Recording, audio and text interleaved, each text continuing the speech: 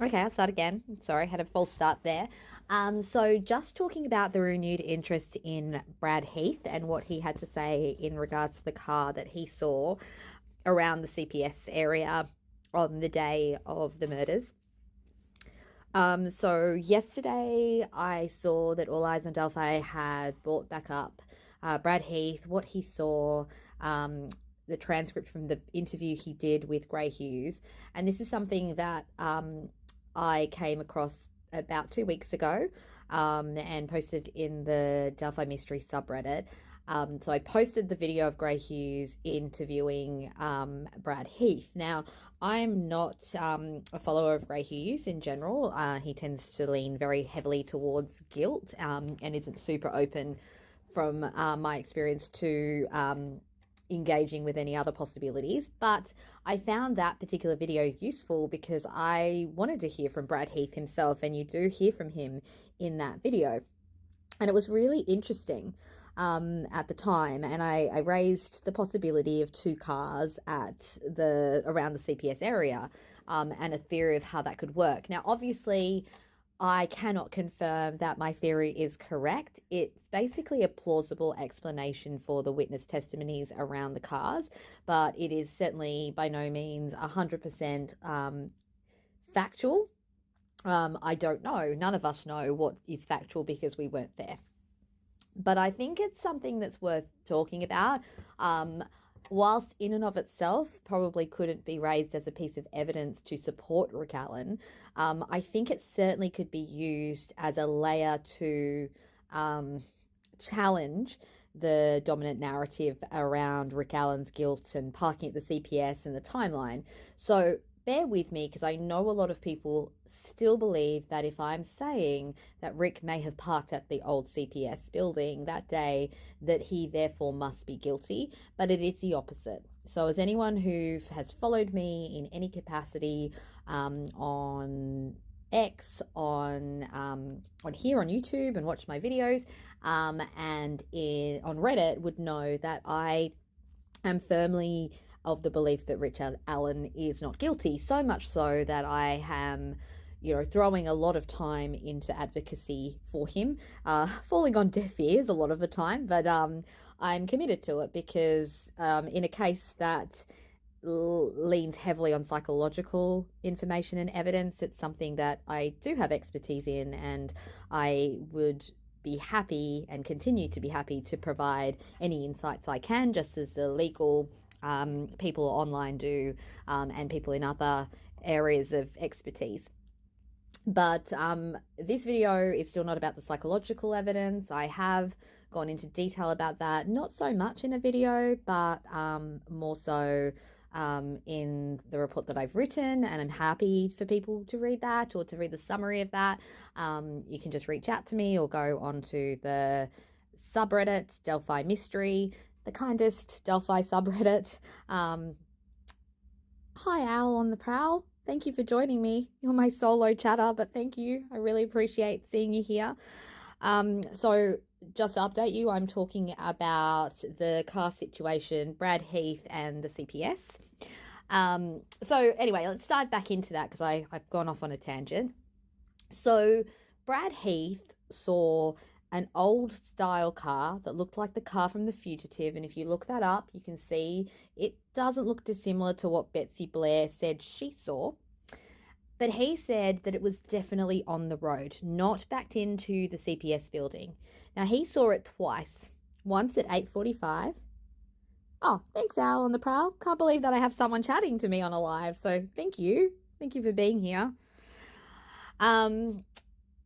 So yeah, Betsy Blair talked about that old car. We've all seen the funny picture that isn't her finest artwork, but I'm not someone to judge because I'm certainly not artistic. But Brad Heath seems to have seen the same car from the description that he provides. And so he says that the car was definitely on the road. He saw that car 2 times, and he seems to have quite a detailed explanation of where it was parked. Now, when you follow that up and you look, the picture that you should have on your screen, if this screen sharing is working, is a picture of where approximately that car would be parked. Now, can you see that in that area, that is actually the perfect lookout spot? Because that car would be able to see people entering the trails from the Freedom Bridge. That person would be able to see anyone who parks at the CPS slot, which was a known place that some people parked, and there's an entry point just up that path. And he would also, or she, would also be able to see people driving towards the Mears Farm entrance to enter the trail. So I think it's a pretty good vantage point. It shows, oh, sorry, is my screen not sharing? Al on the Prowl, sorry.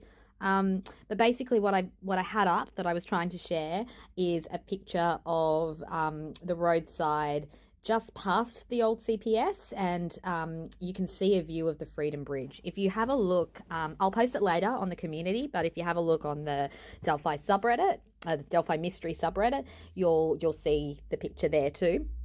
But basically what I'm getting at here is that old car that was parked there would be able to have a great vantage point at the, to people entering the trails, the Monon High Bridge trails, from the three main entry points, right? So we've got the Freedom Bridge side, we've got the CPS entry point, and we've got the Mears entry. Now, he wouldn't be able to see the Mears entrance, but he would be able to see the people driving past down that way. So I kind of think that, to me, that indicates that, I think that would be a reasonable place to park. So let's go a little bit further in this. So Brad Heath sees that at 8:45 and then sees it again at 2:07. Now, Betsy Blair also says she sees the old style car, and she draws that picture and says she sees it. I believe it's always hard to figure out with Betsy Blair what timing she's discussing, but I believe it was said that was at the 2:18 drive past when she left the trails. Alan the Prowl, I'd love to invite you to talk to me, but I don't actually know how to do that. I think I need another program to do that. But thank you for being in the chat. Sorry that I'm just sort of talking at you. So Betsy Blair drives past the CPS building 4 times that day. So she has 4 runs past that building, and she discusses one car, the old style car, that was parked backed in at the old CPS building. Okay, so that could be the same car that Brad Heath has, and presumably has seen, and presumably it is, right? Because realistically, that's not a common car, and they've both seen it. But this is where it gets interesting, because we also have at least 2 other people who saw a car around that area that day. And those people are Teresa Liebert, who says she sees a car, I think it's around the 1 to 1:30, but 1 to 2 mark, that is a dark car backed into the CPS. I always forget which one of them says it's the SUV crossover, but regardless, it sounds like she sees a different car, not the old style car. And then we've got the UPS driver that drives past at around the 1:06 mark, according to the Hoosier Harvest Store camera, and says they see a small SUV dark style car at the trailhead, which presumably to me is this area, because this is where the trailhead entry is, the old CPS building. So here's how I tried to make sense of all of that. You've got 2 people who saw an old car and 2 people who saw a newer car. The 2 people who saw a newer car were driving there around the 1 to 2 mark, more towards the 1-ish mark. And the people that saw the older car, well, we know it was seen at 2:07 and 8:45, and Betsy Blair suggests that she saw the older car, but she said it was backed in to the building. So either that old car backed into the building at some point, it wasn't on the road, but then went back to the road again. But that still doesn't make sense, because the other people who drive past suggests that it's a newer car, not an older car. And I actually even deep dived into eyewitness memory, and I studied this back at uni many, many years ago, but it's not an area of expertise for me. But I thought, let's look at the research. And in fact, memory in relation to cars is not great. Understandably, because I just think to myself, like, I don't even know who's parked in the space next to me in my work car park today. And I work in a small building. You know, most of us don't really recognize cars. However, interestingly, we're more likely to remember a car that is familiar to us, which makes sense. I drive a particular type of car, and me and my kids, we always recognize other cars that are the same model of car as ours. So Betsy Blair remembering a car that looked like her father's car suggests that, you know, that was encoded more strongly because it was familiar, and that's in line with memory research. Anyway, how do I make sense of Betsy Blair seeing the old car, not the new car, and the old car being in a different space? Well, here's a plausible explanation. Betsy Blair saw two cars. Why could she have seen two cars? Well, she drove past there 4 times that day. I believe it was around 12. Then we've got 1:15. We've got 1:45-ish. And then we've got 2:18. So it's plausible that she saw the car Brad Heath saw. But it also is plausible that she saw the car Teresa Liebert and the UPS driver saw, because she drove during that critical 1 to 2 p.m. time slot, as well as before it and after it. So here's what I think. If the small car backed into the CPS building is Rick Allen's car, then it was only there between 1 and 2. And why is this important? Because when I've speculated on a timeline that actually helps explain how Rick was there but not seen by anyone, and not the perpetrator, I've always reflected that a 1 to 2 p.m. time frame makes the most sense. That's a time where he could easily be on the trails and not be seen, because Betsy Blair is leaving the trails. The girls are headed more towards the trailhead, the 4 girls, and there's nobody else around. So that's a time where he could have been on the Monon High Bridge and sat on the 505 and not been seen. So for me, I actually think the 1 to 2 p.m. time frame makes more sense than the earlier time frame, where we've got multiple, we've got the 2 groups, definitely, Betsy Blair, which is not really a group, but one person, and the 4 girls, you know, spinning around the loops essentially, and they didn't see each other according to their testimony either. So you can't have 3 separate sort of, and I call it groups, but 3 separate, I can't think of any other word, groups of people walking on that trails and not seeing each other.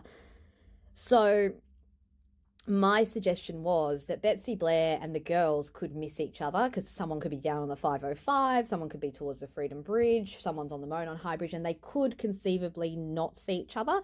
Still tricky to make sense of, because Betsy Blair, I just don't see how she did all the loops. But anyway, but you add Rick Allen into it, and then you've got another explanation here of, like, why don't the girls or Betsy Blair see him? So my sense here is that Rick Allen is there between 1 and 2. He arrives shortly after Betsy Blair is probably over the other side, and she sort of leaves. He goes to the Monon High Bridge, maybe passes the 4 girls as they start to head up the 505. They don't really see a man walking on his own, and he sees them, though, because, you know, it's far more likely as a man who's quiet walking past to see the girls than the girls to see the man who's quietly walking past. Because I'm going to guess that 4 girls heading up a trail are probably loud.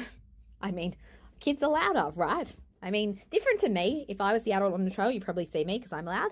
But I don't think Rick Allen's a very loud person. So anyway, going back to the CPS, I hope I'm making sense here, because I'm kind of like skipping around a bit. But basically, my sense is that Rick Allen pulls up to the old CPS around the 1-ish mark, and whoever's sitting in that old car on the road, on the trail, is looking and being a watch and goes, oh crap, someone's parking at the old CPS building.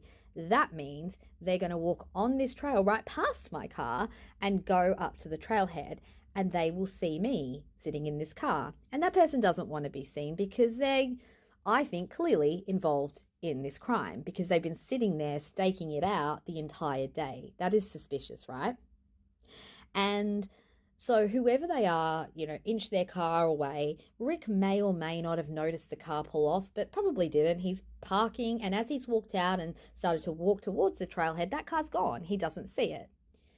But as those other cars pass there at 1 to 2, they see Rick's car parked there. But Brad Heath doesn't see Rick's cars parked there at 2:07 because Rick has already left.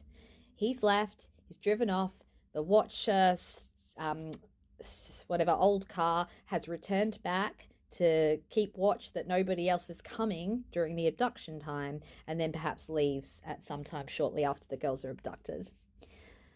To me, that logically makes a lot of sense based on time frames, based on witness testimonies. It's highly unlikely that you'd have two people see one type of car and two people see another type of car and then be confused, because these are completely different cars, as everybody talks about. A Ford Focus does not look anything like the old style car that was seen by Betsy Blair and Brad Heath. It's not plausible that that was called an SUV or a crossover, and yet some, or at least one of the witnesses, said that's what they saw. It's also not plausible that you could confuse parked on the road with backed into the CPS. So Brad Heath saw the older car parked on the road. The others saw it parked, or at least one of them saw it backed into the CPS. Two separate cars, not seen at the same time, because while Rick was there, the old style car needed to get away. They did not want to be seen by a man hiking on the trail, an innocent man who probably would have intervened if he saw what was going on. Rick left that scene prior to the crime. He was cleared, I believe, for multiple reasons. And I know that I don't know. Can't say I know, but I believe that the police knew that. And that's why it was marked cleared. And now they've changed the story. They've added in this car that perhaps did drive past the Hoosier Harbour store at 1:27, but I'm going to guarantee you that car was not a Ford Focus. But I'm also going to suggest that that car was made to look like a Ford Focus. Just subtle changes in the pixels to make it look more believable. I totally hope that at some point that somebody digitally, forensically analyzes that video, those still shots, and finds out what's going on here, because I don't believe that Hoosier Harbour store footage is accurate. And remember, even that 1:27 time stamp does not marry up with the UPS driver seeing a car there at 1:06. It doesn't marry up with Brad Heath seeing a car there at 8:45 a.m. There's a lot here. It's a tangle. It feels like a logic puzzle. I'm not sure if I've explained it well. I've just spent a whole day in the clinic doing therapy, so excuse me if I'm probably not making as much sense as I'd like to. If you want to see the kind of logical flow of this idea, definitely go to the subreddit, and you'll see where I've kind of put it in into sort of a logical flow. But one last thing about this, if that old car was there, because again, like we said, you can't really confuse a Ford Focus with an old style car. Why has there not been more effort to find that car? Why has that person not come forward? They were there all day. That is highly suspicious. Or are we now to believe that Rick Allen not only drove his Ford Focus past at 1:27 and parked there, he was already parked there at 1, plus he had another old style car parked there all day? It doesn't make sense. So then we say, well, is it an accomplice in that old style car? Well, again, why have we not looked into that? Because now all of a sudden it's just the one offender, because they want us to believe that Rick Allen is the only offender. Rick Allen is not only not the sole offender, I don't believe Rick Allen is an offender at all. And I believe that there is so much information here that can be further analysed and looked into in order to show that, and some of it incredibly compelling that I feel could possibly speed things up. Every day that Rick is sitting in that jail is another day of complete injustice for him and for Abby and Libby, because Rick Allen did not kill Abby and Libby, and this is not justice for him, and it is not justice for the girls. Happy for anyone to prove me wrong, but so far in the last few months since I've deep dived into this case, I have not found anything that has helped prove that Rick Allen is guilty, and I've found so many holes in the argument against him. There is exculpatory information. If the people who don't believe Rick Allen is guilty could all collaborate and be open to each other's opinions, maybe we could have a really strong movement. Him parking at the CPS does not make him guilty. In the scenario that I've raised today, what it does is it provides a plausible explanation for how he could be parked there, how he could have parked there and not been seen by other people on the trails, and it could provide exculpatory information because his car was only seen there between 1 and 2, not after it and not before it, which to me suggests he went for his 1 hour hike, just as he described, from the trailhead to the Monon High Bridge, back to the 505 Memorial Bench. And then he relaxed there for a few minutes on his stock trader, maybe blindly oblivious to some of the people in the background going past. And add on to this, he said he saw 2 cars at the Mears entrance at some point that time, which makes sense if he left around the time that Betsy Blair and Kelsey German had been parked there. If you look at that 505 bench, I've deviated a bit, but it's so important. If you look at the 505 bench and where it's situated and how he would be sitting on that bench, maybe on his stock ticker or looking out at the water, it is conceivable that he would have missed people walking behind him. It's a little bit off the main trail, and how he could have been missed too. He is a small man. He is, and I don't say that in a, to kind of highlight that in a negative way, like some people have. Well, I don't know if anybody has, but I have heard people talk about people's stature in a derogatory way at other times. But I say that he is a small man, and he's a man that was depressed. And, our stature also reduces when we're depressed. We're hunched over, we feel bad. And he's hunched over and he's sitting in probably fairly muted, bland clothes. He would not be highly obvious sitting at that bench on the trail. He may not have been even obvious walking around, so sure, maybe he was there at another time and no one saw him. But this is so plausible. This 1 to 2 timeline makes sense. It doesn't require lots of gymnastics in our head to try and make sense of it. And yeah, anyway, that's my thoughts. What do you think, Al on the Prowl? You've been a loyal supporter here. Thank you. And I agree, the loops with Betsy Blair are so confusing. And yes, this case will drive us nuts. Even if it's not the case itself and law enforcement, the people who believe he's guilty, but even the people who believe he's innocent that kind of troll us and bully.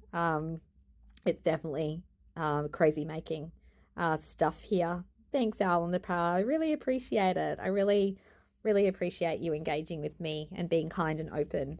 I do put a lot of time into thinking all of this through. I hyper focus on it, to be honest. It's my full-time job, aside from my full-time job. I look at the logic in things. I'm not just sort of pulling things out of the air. I look at, the research on eyewitness testimonies. I look at the logistics of the trail. I look at the geography of the trail. I look at other channels, both the guilty camp and the not guilty camp, because I want to consider everybody's point of view and understand where people are coming from. But unfortunately, that's not always met with openness.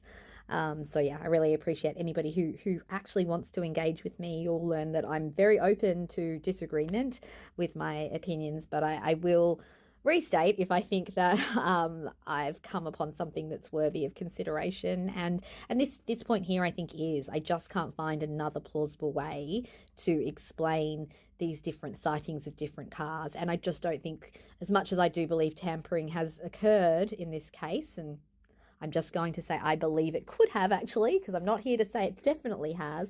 I don't believe that you can tamper with that many witnesses to have them all say different things. I think, to me, that kind of takes it one step too far. I think you can tamper with physical evidence, but I don't know that you can tamper with multiple people and have them tell you different stories to what they really saw. There's something else I was going to say, and I've lost my train of thought. Yeah, I've definitely lost my train of thought there. Oh, yes, that's what I was going to say. Let's do an experiment. I would love anybody to do this experiment and comment back and tell me how it went. Actually, no.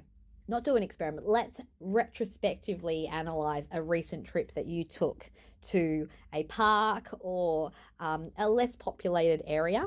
And I want you to think if you can remember the people you saw and the cars that you parked near or that were parked around the route. So I went to the park yesterday with my kids for a play date. So I know the kids that were there because we'd planned a play date, but I can tell you the other kids that were there. I can give you vague descriptions. I can't remember if it was 3 or 4. Interesting, right? Because Rick says 3, maybe it was 4. I can absolutely not tell you the other cars parked there. I really don't know. And this park had cars kind of parked along the edges. The only car I can remember is the car of one of my kids' friends' mums, because she drives the same car that I used to drive. So I saw it and I went, oh, that's car, because that's what my kids used to call our old car. And my niece said, oh, and then I was like, oh, I know whose car that is. They had the matching car to us. So I can remember that one car, but there was certainly more than just that car there. And I can remember, so aside from the kids that we were there with, which was about 10-ish kids, I remember that there were 3 girls. I can remember that, there were 5 other girls, 3 of which were wearing pink sweatshirts, 2 of which were wearing pink tracksuit pants, and they were climbing on the climbing frame. And I remember there was a big dog there at one point, and there was somebody with a hat on. But can you see, like, I was there for 2 hours interacting, and I interacted with some of these kids because they were playing on the play equipment near my kids. One of them even came up to me and asked if I'd seen their friend. So I can remember some detail, but not a lot. So I think we just have to really focus on the fact that memory is really, really fallible. Memory for cars is particularly fallible though. So interesting. But on the flip side, the fact is that you got 2 people saying one car and 2 people saying another car. That's enough agreement to suggest that both those cars were present. And I just believe that Betsy Blair, in 4 trips past the cars and the CPS, has kind of pulled them together. And I totally get how you could do that. That is what our memory does. It tries to fill in the pieces. So anyway, that is based on research on eyewitness testimony and memory. And so yeah, have a think of what you see. I also found the location of where that car was parked so interesting, because when you look at it, particularly at the picture that I've described, like I said, go ahead and look on the subreddit, but also I will post it in the community later. It's a picture taken in January, so it's very similar terrain, like winter terrain. You have a direct, clear view of the Freedom Bridge where you would be able to see who was walking across it. What a perfect vantage spot for someone who is scoping out who's around on that day. Whoever drives that old car, they are involved in some way. I don't believe that they're Bridge Guy. I believe they're the lookout person. Was Bridge Guy in that car and dropped off at some point? Possibly. But even if Bridge Guy wasn't coming from that car is involved. And I think most of us who've studied this case at length recognize that it's most likely multiple offenders working together. Add in one other thing. I am rambling a lot here, so not the most coherent stream of thought. But Teresa Liebert, who we mentioned before, she also saw somebody around 8:30 near her house, which is just near that area. I'm wondering if it's the same person in the car, because that car was seen at 8:45 too. And that person that she saw, I think a lot of us will agree, seems to match the description from the sketch, and also from her description. He seems to match the description of one well-known person in this case that people have raised before. I'll give initials only, EF. Who has also made some statements to the police that suggest that he potentially was present there, right? So, tie that in as well. Whoever was a bit dodgy in that area and scoping it out was there early. Rick Allen wasn't. Rick Allen went to see his mum. He was not there early, and the police have never suggested that he was there early either.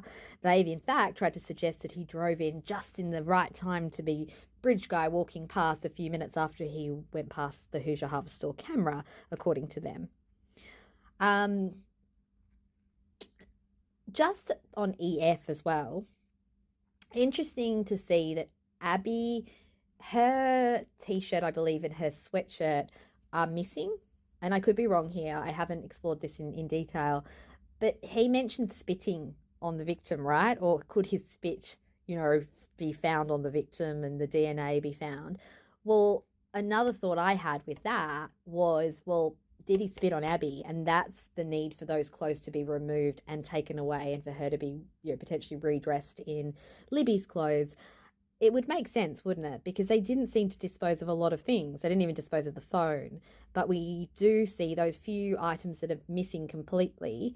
And I believe one of them at least is her top. So it kind of makes sense if you're spitting on someone that it went on her clothes, and for some reason those clothes were either washed in the river or they were taken away to avoid detection. Yeah, I think that's a reasonable, again, a plausible possibility. Everything I'm talking about are speculation, circumstantial, but I think you can see how if we, well, not we, because I'm obviously not part of the legal team, but if the legal team were able to pull apart that timeline, they didn't need to give a definite timeline. But if they could give a timeline or an explanation for why the state's timeline didn't make sense or didn't work, or a timeline where Rick Allen was able to be present on the trails and unseen, I think that would have broken down some of the guilt aspects of this case, because the people in the he is guilty side always bring up the timeline and how it's impossible for Rick to be there without being seen. So again, I just feel like this 1 to 2 timeline, the CPS cars, all of that put together, whilst it can't be proven beyond a reasonable doubt, it can certainly create reasonable doubt. But yeah, if I'm going to highlight anything, I just feel like if they can dig into that Hoosier Harvest Store footage, check whether those stills match the video, check whether that video matches the FBI verified video, look at all of that in more detail, have a look at whether it does look doctored. That straight away, if they can prove that that's been tampered with, that that's been doctored in any way, which I believe it does show just from looking at it, without any forensic digital technology, then they could prove corruption, and they may not be able to prove who it is that tampered with it, but to me, wouldn't that be like an instant reason for, some sort of, I don't know, retrial, or I don't know. I don't know enough about the law, but to me, if you can find tampered evidence was used as part of the case against someone who was found guilty, I don't feel like that needs to wait years to come to the surface. That's just my thoughts. I could be wrong. I could be overly idealistic, but yeah, I just want Rick Allen out of jail. I don't think that a man who has struggled and suffered his whole life with depression and anxiety deserves to struggle in any way, and he already has been put through so much. So I just hope that there's a way to have a quicker reaction. Anyway, any other thoughts, Al, on the prowl? I'm about to finish the live stream because it's just the two of us in here. But anything else that you're thinking?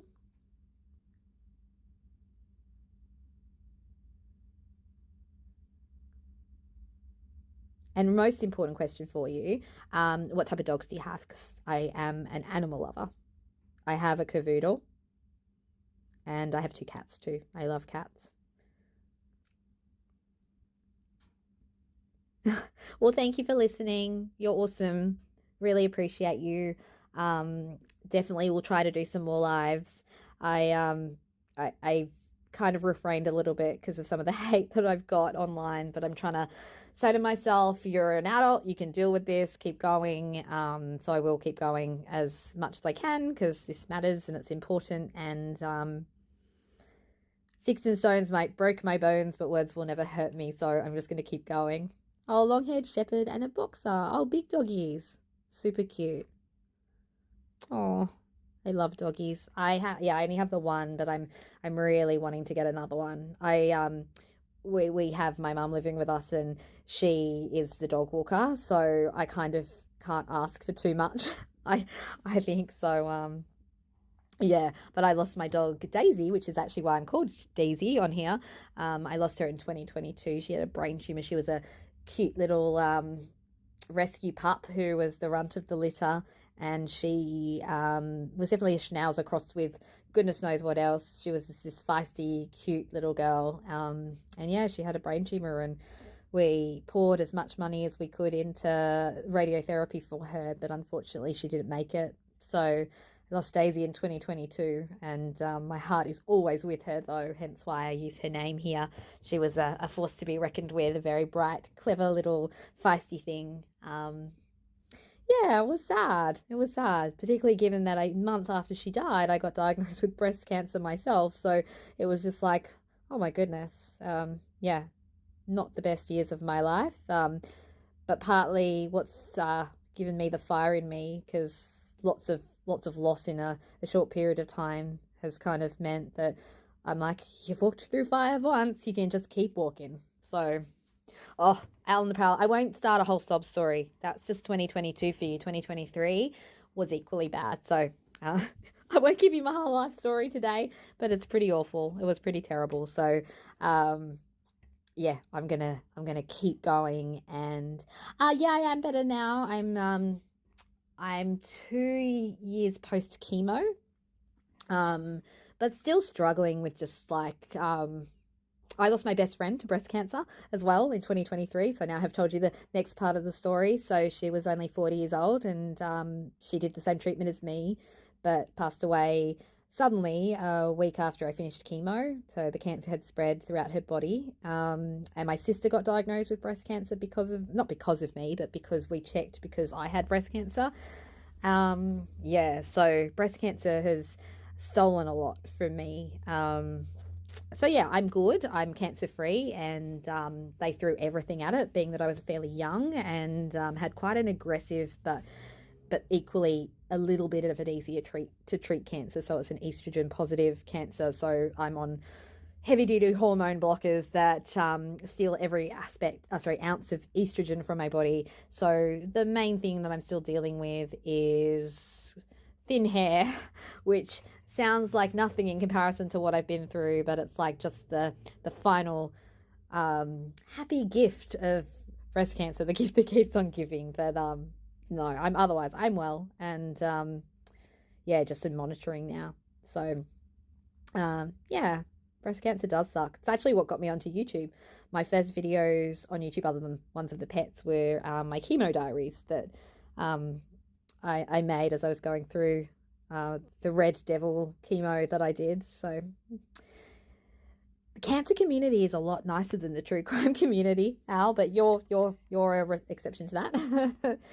I'm trying to actually have managed to get some good things going with my hair.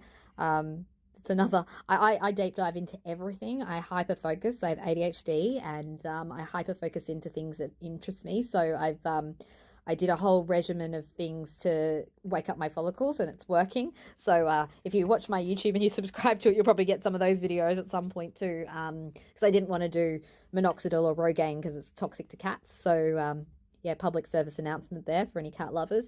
But yeah, it's waking up. So hopefully I'll be feeling more confident again soon. It's probably partly why I don't always do videos either, because I don't like scrutinizing my face on the screen. But anyway, great to speak to you today. You're lovely. I don't know if you're part of my Reddit or subreddit group. Oh, yay, lovely. Thank you. But yeah, I do post a lot on there, Delphi Mystery. And yeah, you can follow me on X as well. So I am Daisy Asks on X. Always happy to have a chat. And I always say that the subreddit that I created, because I got kicked out of all the others, I don't know why, just because they don't like me, but I created a subreddit that is the nicest community, Delphi community online, because we don't have bullying and meanness happening in there, because I don't like bullying and meanness, because it's hurt me and it's hurt lots of people that I care about in my life. And I just think that we all deserve compassion. It's fine to disagree and it's fine to be annoyed at people, but it's not okay to dismiss, mock, and yeah, bully others. So nice of you. So happy you found my channel. And I'll speak again soon. Bye.